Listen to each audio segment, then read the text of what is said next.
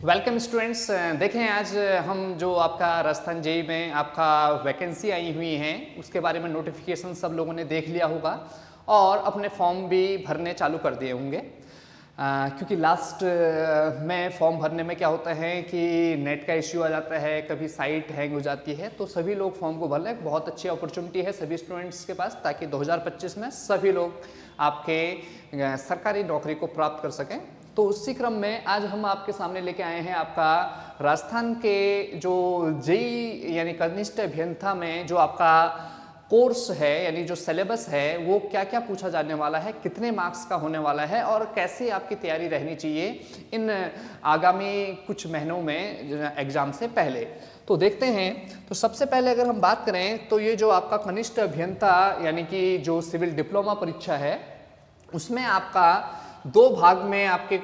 प्रश्न पत्र है। एक तो भाग अ है, एक भाग ब है। तो भाग अ में बोला गया है सामान्य ज्ञान, और सामान्य ज्ञान स्पेशली यहाँ पर राजस्थान का जीके पूछा जा रहा है, यानी राजस्थान का इतिहास, कला एवं संस्कृति हो गया, परंपराएं हो गया, उसकी विरासत हो गया, राजस्थान का भूगोल हो गया और राजस्थान का राजनीतिक एवं प्रशासनिक व्यवस्था, ये पूछा गया है। और ये रहने वाला है आपके 40 अंक का और अधिकतम अंक यहाँ पर 120 अंक है। दैट मीन्स 40 मीन्स कि ये 40 मार्क्स का ही रहने वाला है आपका, यानी कि हर एक क्वेश्चन 1 मार्क्स का रहने वाला है। 80 अंक का आपका टेक्निकल यानी सिविल अभियांत्रिकी में जो भी आपके सिविल के सब्जेक्ट्स हैं, कौन कौन से सब्जेक्ट हैं उनके भी बारे में भी आगे चर्चा करने वाले हैं, तो वह आपके 80 मार्क्स के। तो टोटल ये मार्क्स हो जाते हैं आपके 40 + 80 यानी 120 अंक के। और समय आपको यहाँ पर मिलने वाला है 2 घंटे, यानी कि हर एक प्रश्न के लिए आपको 1 मिनट का समय यहाँ पर मिलता है। यानी कि किस लेवल के क्वेश्चन आ सकते हैं, यानी आपको उनका भी ध्यान में रख के तैयारी करनी है। यानी 1 मिनट में क्या आप किन टाइप के क्वेश्चंस को अटेंड कर सकते हैं, न्यूमेरिकल खासकर। थ्योरेटिकल तो 1 मिनट में आपका हो ही जाएगा, बट क्या न्यूमेरिकल में आपको हर तरह के प्रश्न को करने की आवश्यकता है या किस लेवल के प्रश्न को करने की आवश्यकता आपको है और किस तरह से आपके न्यूमेरिकल आ सकते हैं, इन सब के बारे में भी आगे चर्चा कर सकते हैं। अब बात करें यहाँ पे तो प्रश्न पत्र में सबसे पहले तो ये ऑब्जेक्टिव टाइप का क्वेश्चन होने वाला है और सभी प्रश्न के अंक समान रहने वाले हैं। जैसे हमने बताया 1 प्रश्न 1 मार्क्स, और परीक्षा में न्यूनतम निर्धारित अंक 40% है, यानी कि आपका 48 मार्क्स 120 में से आपको 40% करेंगे तो 48 मार्क्स लाना जरूरी है। और अगर उससे कम लाते हैं तो आप पात्र नहीं होंगे। ऐसा कोई भी विद्यार्थी नहीं होगा जिसके इससे कम आएंगे। तैयारी करने वालों के जरूर आपके 80 से ऊपर ही मार्क्स आएंगे 120 में से, ये आपको भी पता है। अगर हम यहाँ पर बात करें किसी प्रश्न विशेष के गलत उत्तर के लिए यहाँ पर 1/3, यानी कि अगर आप एक क्वेश्चन गलत करते हैं तो आपका मार्क्स हो जाएंगे -0.33 अंक आपके कम हो जाएंगे। तो ध्यान रखें, नेगेटिव बिल्कुल भी नहीं करना है, जितना हो सके बिल्कुल एक्यूरेसी मेंटेन करनी है। एबव आपका 95% एक्यूरेसी यहाँ पर मेंटेन करके चलेंगे। अब आगे हम बात करते हैं कि किस तरीके से यहाँ पर सिलेबस है सामान्य ज्ञान का। तो सामान्य ज्ञान में राजस्थान के इतिहास के प्रमुख स्रोत पूछे जाएंगे आपके। यहाँ पर राजस्थान की प्रागैतिहासिक सभ्यताएं पूछी जा रही हैं, प्रमुख राजवंश है राजस्थान के और उनकी क्या क्या उपलब्धियां हैं, मुगल राजपूत संबंध क्या है राजस्थान के जो भी राजवंश है उनके साथ, स्थापत्य कला की प्रमुख विशेषताएं क्या हैं, महत्वपूर्ण किले और स्मारक राजस्थान के क्या रहने वाले हैं, उनकी संरचनाएं क्या हैं, धार्मिक आंदोलन हो गए, प्रमुख चित्रकलाएं हो गई, भाषा एवं साहित्य की प्रमुख कृतियां, क्षेत्रीय बोलियां क्या है राजस्थान में, आपके लोक नृत्य क्या है, वाद्य यंत्र एवं आभूषण क्या है, मेले क्या है राजस्थान के, त्योहार क्या है, आपके लोक संगीत क्या है, एवं विरासत के बारे में जरूर पूछा जाएगा यहाँ पर राजस्थान के। और ऐतिहासिक पर्यटन स्थल हो गए, राजस्थान के प्रमुख व्यक्तित्व हो गए, राजस्थान की रियासतें एवं ब्रिटिश संधियां होगी और 1857 के जन आंदोलन में राजस्थान का क्या योगदान रहा, यहाँ पर ये क्वेश्चन पूछे जाने वाले हैं। कृषक एवं जनजातीय आंदोलन, प्रजामंडल आंदोलन हो गया, राजस्थान का एकीकरण। तो राजस्थान का इतिहास, कला एवं संस्कृति में यहाँ पर सभी बिंदुओं को छुआ गया है इस पाठ्यक्रम में। अब अगर हम बात करें दूसरा आपका राजस्थान का यहाँ पे भूगोल भी पूछा जाएगा, यानी ज्योग्राफी भी पूछी जाने वाली है। तो राजस्थान का स्थिति एवं विस्तार हो गया, ये तो बहुत इंपॉर्टेंट बिंदु है ही। तो आपका भूगोल में सबसे पहले यही पढ़ाया जाएगा। मुख्य भौतिक विभाग क्या है, मरुस्थलीय प्रदेश क्या है, अरावली पर्वतीय प्रदेश क्या है, मैदानी प्रदेश क्या है, पठारी प्रदेश क्या क्या है आपका राजस्थान में, कहाँ से कहाँ तक फैला हुआ है, कौन कौन से जिले आ रहे हैं, इन सब के बारे में। अपवाह तंत्र यानी रिवर ड्रेनेज सिस्टम कैसा है आपका, कौन कौन सी नदियां हैं जो गुजर रही हैं, कौन से नदियों में कैसे कैसे बांध बने हुए हैं, जलवायु हो गया, सॉइल के बारे में पूछा जा रहा है, प्राकृतिक वनस्पति हो गया, वन एवं वन्य जीव संरक्षण पूछा जा रहा है यहाँ पे, मरुस्थलीकरण पूछा जा रहा है, कृषि जलवायु प्रदेश एवं प्रमुख फसलें पूछा जा रहा है, बहुउद्देशीय परियोजनाएं होगी, सिंचाई परियोजनाएं होगी, जल संरक्षण हो गया, परिवहन हो गया, खनिज संपदाएं। यानी काफ़ी अच्छा सिलेबस आपको दिया गया है लगभग, और स्पेशली यहाँ पर पूरा मेंटेन कर गया टॉपिक टू टॉपिक, यानी कि आपको सिलेबस में कोई भी डाउट यहाँ पर नहीं रहने वाला है, बिल्कुल क्लियर आपको सिलेबस दिया गया है। अगर हम बात करें साथ ही आपका राजस्थान की राजनीतिक एवं प्रशासनिक व्यवस्था के बारे में भी, यानी थोड़ा बहुत आपको पॉलिटी भी यहाँ पर पूछी जा रही है, वो भी स्पेशली राजस्थान के बारे में। तो राजस्थान में स्थायी नगरीय स्वशासन क्या है, 74वां जो संविधान संशोधन विधेयक है उसके बारे में पूछा जा रहा है, राज्यपाल क्या है, राजस्थान विधानसभा के बारे में, मुख्यमंत्री हो गया, जिला प्रशासन हो गया, लोकायुक्त हो गया, राज्य मानवाधिकार आयोग, राज्य सूचना आयोग, राज्य निर्वाचन आयोग, राजस्थान लोक सेवा गारंटी अधिनियम 2011। यानी राजस्थान की पॉलिटी पूरी पूछी जा रही है, यानी राजस्थान की पॉलिटी आपको आनी चाहिए। अब ये तो हुई आपकी भाग और जो कि आपका 40 मार्क्स रखता है। तो यहाँ पर आपका इतिहास और भूगोल आपको बिल्कुल बहुत अच्छे से पढ़ना है, और पॉलिटी बहुत ज़्यादा आपका है नहीं राजस्थान के। अगर हम बात करें तो जो आपको मेहनत करनी है वो राजस्थान के भूगोल और इतिहास में, तो वहाँ से आपके काफ़ी, और ये काफ़ी स्कोरिंग आपका रह सकता है अगर आप अच्छी तैयारी करें, तो इसको बिल्कुल नेग्लेक्ट नहीं करके चलना है भाग अ को। अब हम बात करते हैं भाग ब, जो कि सिविल अभियांत्रिकी है, यानी सिविल इंजीनियरिंग डिप्लोमा का कोर्स क्या है। तो यहाँ पर building technology and construction management पूछा हुआ है, यानी कि आपके बिल्डिंग मटेरियल में क्या क्या होने वाला है, आपके physical and chemical property, classification, standard test हो गए, क्वेरिंग कैसे करेंगे, बिल्डिंग स्टोन क्या होंगे, सिलिकेट बेस्ड मटेरियल पूछा जा रहा है, सीमेंट के बारे में पूछा जाएगा, एस्बेस्टस प्रोडक्ट हो गया, टिम्बर यहाँ पर पूछा जा रहा है, ठीक है, वुड बेस्ड प्रोडक्ट पूछे गए हैं, लेमिनेट्स, बिटुमिनस मटेरियल, पेंट, वार्निसेस, इन सब के बारे में पूछा गया है। Surveying and estimation and costing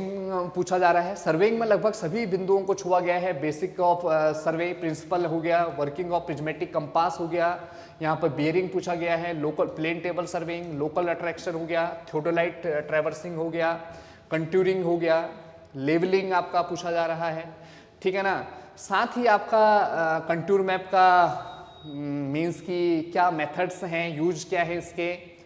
earthwork calculation पूछा गया है, ठीक है ना।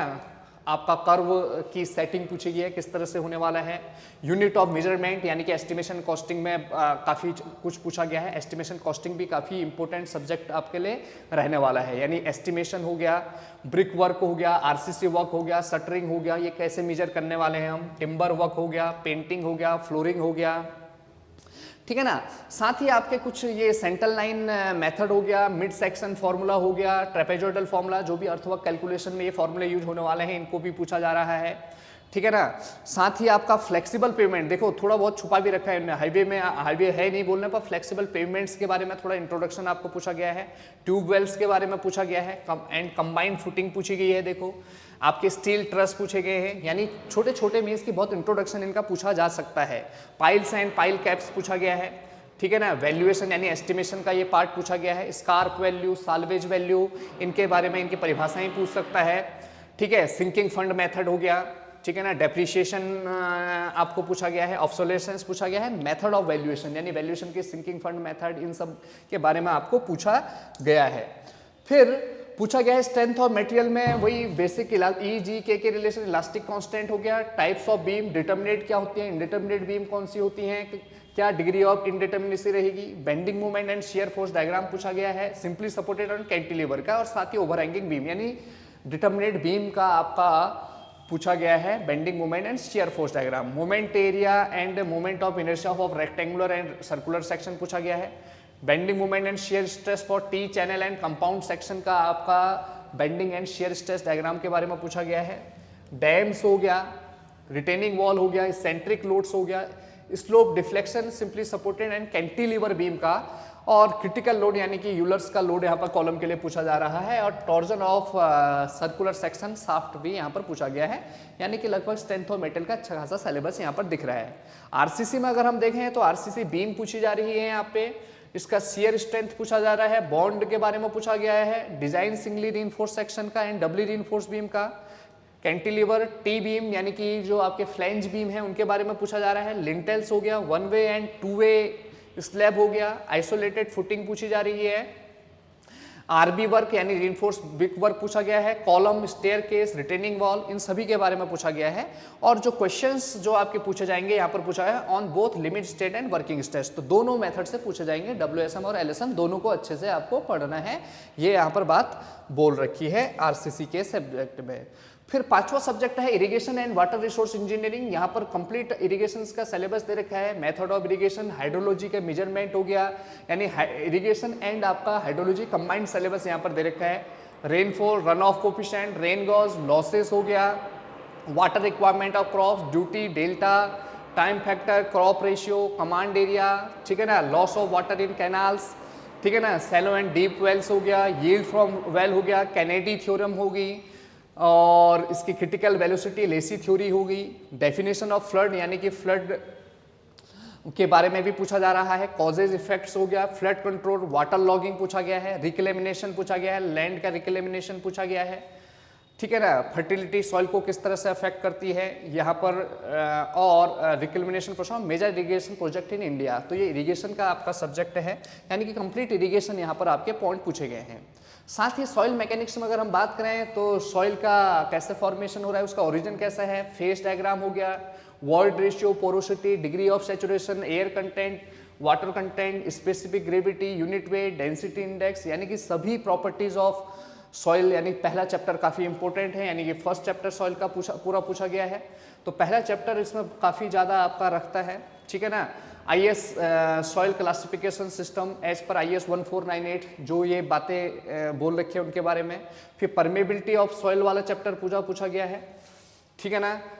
प्रिंसिपल ऑफ कंसोलिडेशन भी पूछा गया है, ठीक है ना, यहाँ पर कंसोलिडेशन हो गया और परमेबिलिटी वाला चैप्टर को पूछा जा रहा है, और इफेक्टिव स्ट्रेस वाले चैप्टर को भी पूछा गया है,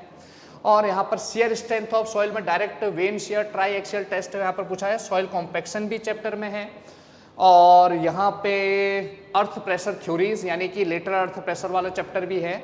और साथ ही लास्ट में आपका bearing capacity of soil plate load test और SPT यानी कि बेयरिंग कैपेसिटी निकालने के लिए इन दो टेस्ट के बारे में भी पूछा गया है, और साथ ही आपका ऑटोगैड। तो कुल मिला के देखें, अगर इस सिलेबस को हम देखें तो आप मीन्स की इसको कवर कर सकते हैं विद इन आपका मीन्स की 1 to 2 मंथ, यानी कि 2 मंथ में आसानी से ये आपका मीन्स की सिलेबस कवर हो जाएगा अगर आप टॉपिक टू टॉपिक लेके चलें और इन सभी टॉपिक को कवर करें, ठीक है ना। तो काफ़ी अच्छा क्लियर आपका सिलेबस यहाँ पर डिस्कस किया गया है, तो हम आगे देखेंगे कि किस तरह से इस सिलेबस को मेक इट इजी की टीम आपको कवर कराएगी और क्या आपके लिए सेशंस हम लेके आएंगे। So thank you students, thank you. इस वीडियो को शेयर करिएगा सभी स्टूडेंट्स के सामने ताकि वो भी इस सिलेबस को क्लियरली अंडरस्टैंड कर पाएँ कि आपका यहाँ पर हमें राजस्थान को भी उतनी ही महत्व देना है जितना आप टेक्निकल सब्जेक्ट हो, क्योंकि राजस्थान 40 मार्क्स यानी कि अगर हम बात करें टेक्निकल सब्जेक्ट का 50% तो आपका राजस्थान भी